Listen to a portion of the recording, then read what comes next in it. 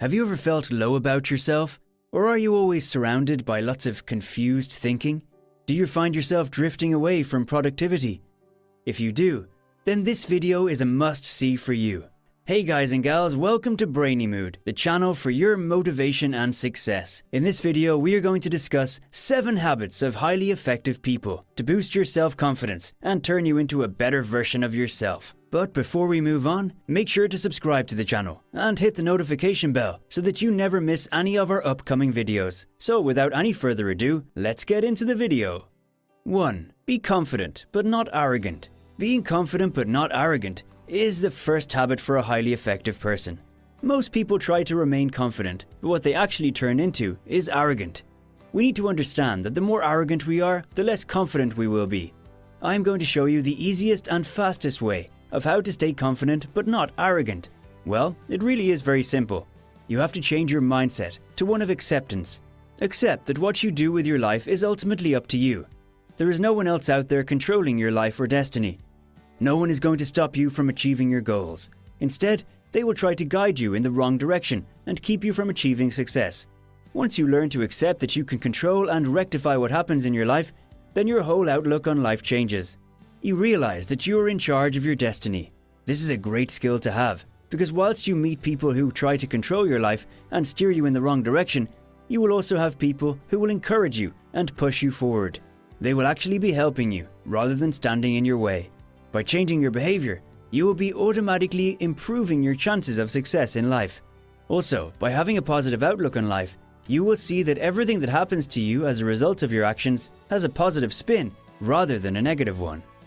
2. Active listening. It is often said that the best leadership skills are those that enable you to hear and respond to what other people are saying.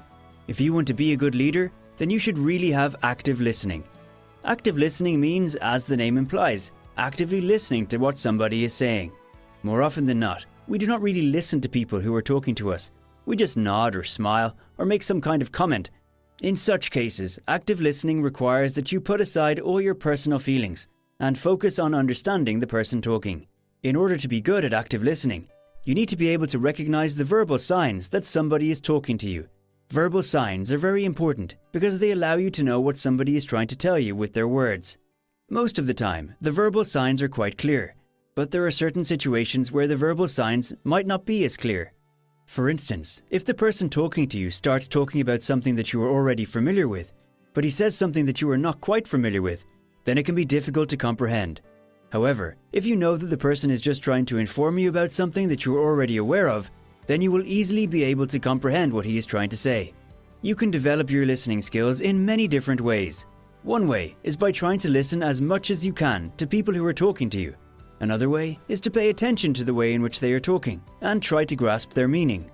Last but not least is to develop your communication skills so that you are more able to pick up on the verbal signals which are being used to communicate with you. 3. Being responsive to others. Are you one of those people that are very responsive to others?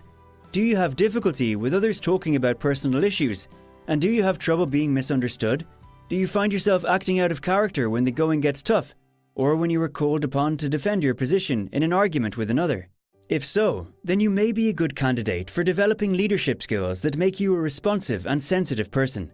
Discovering the personality characteristics that make you a good, successful leader is the first step toward learning how to be more responsive and receptive to others.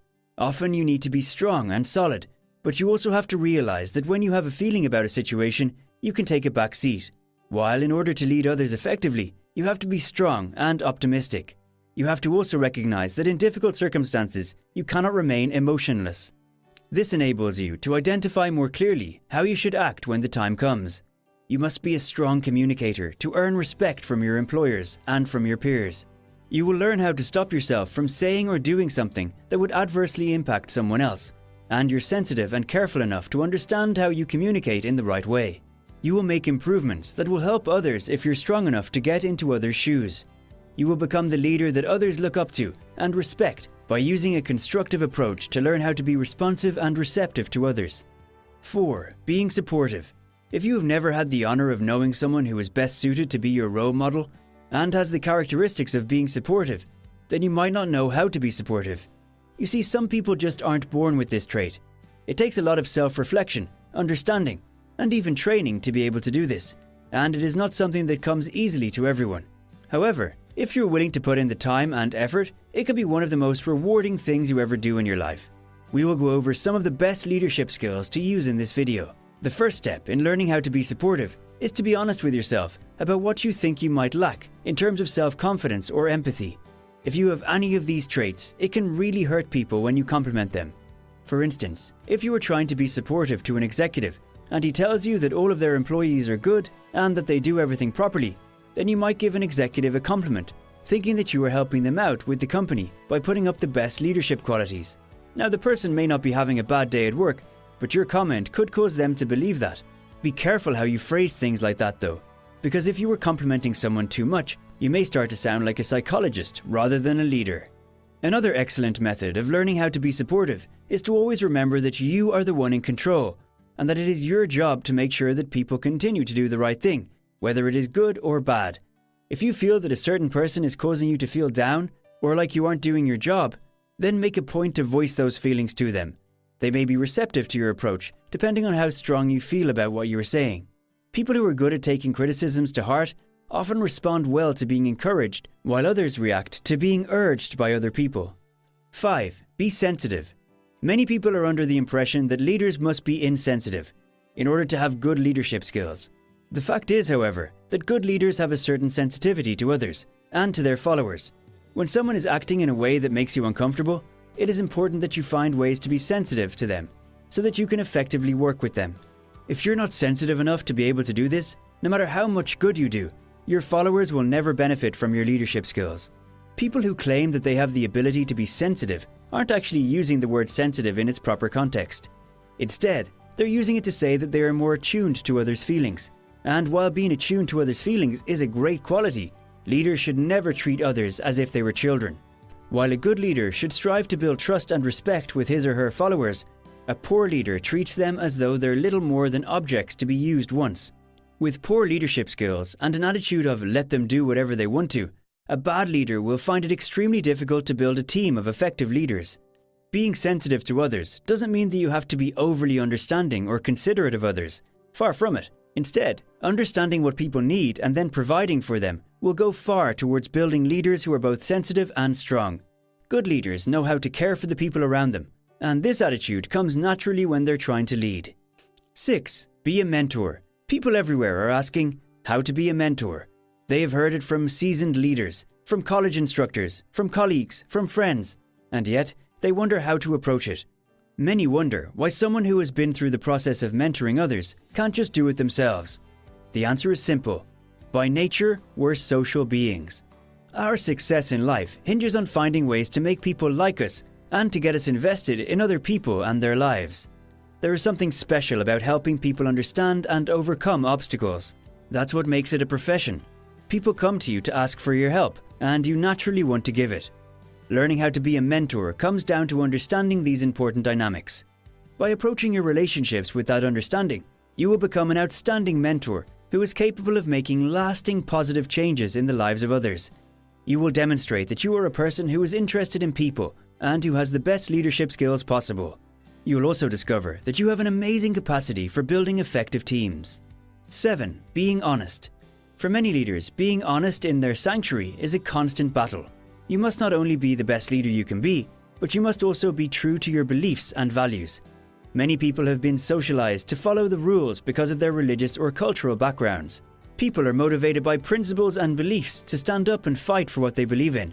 Your post, on the other hand, will never meet its intended audience if you lack the best leadership skills. The best leadership qualities that make people want to associate themselves with you are honesty, forthrightness, and sincerity. You'll get the results you want if you're honest with yourself. One of the following 3 factors is most likely to blame for your inability to be truthful. You're either afraid of offending your fans, or you're attempting to conceal something about yourself in order to entice them to join you. Since the second explanation is generally motivated by fear, you must address it first. The third explanation is that you are misinforming them or are wrong about something. It doesn't matter which way you go, because your followers don't care and won't listen to you. Your credibility is on the line, and no matter how noble you are, people will work to harm rather than support your reputation. As a result, The best leadership qualities are to be dependable, fair, and forthright. If you succeed in doing so, your followers may want to collaborate and follow you in the long run. They'll want to assist you in being the best leader you can be. So there you have it, folks. 7 habits of highly effective people. If you enjoyed this video, make sure to give it a thumbs up and subscribe to the channel Brainy Mood if you haven't already. Also, do turn on the post notification bell so that you never miss any of our newly released videos. With that being said, I'll see you in the next video. Cheers!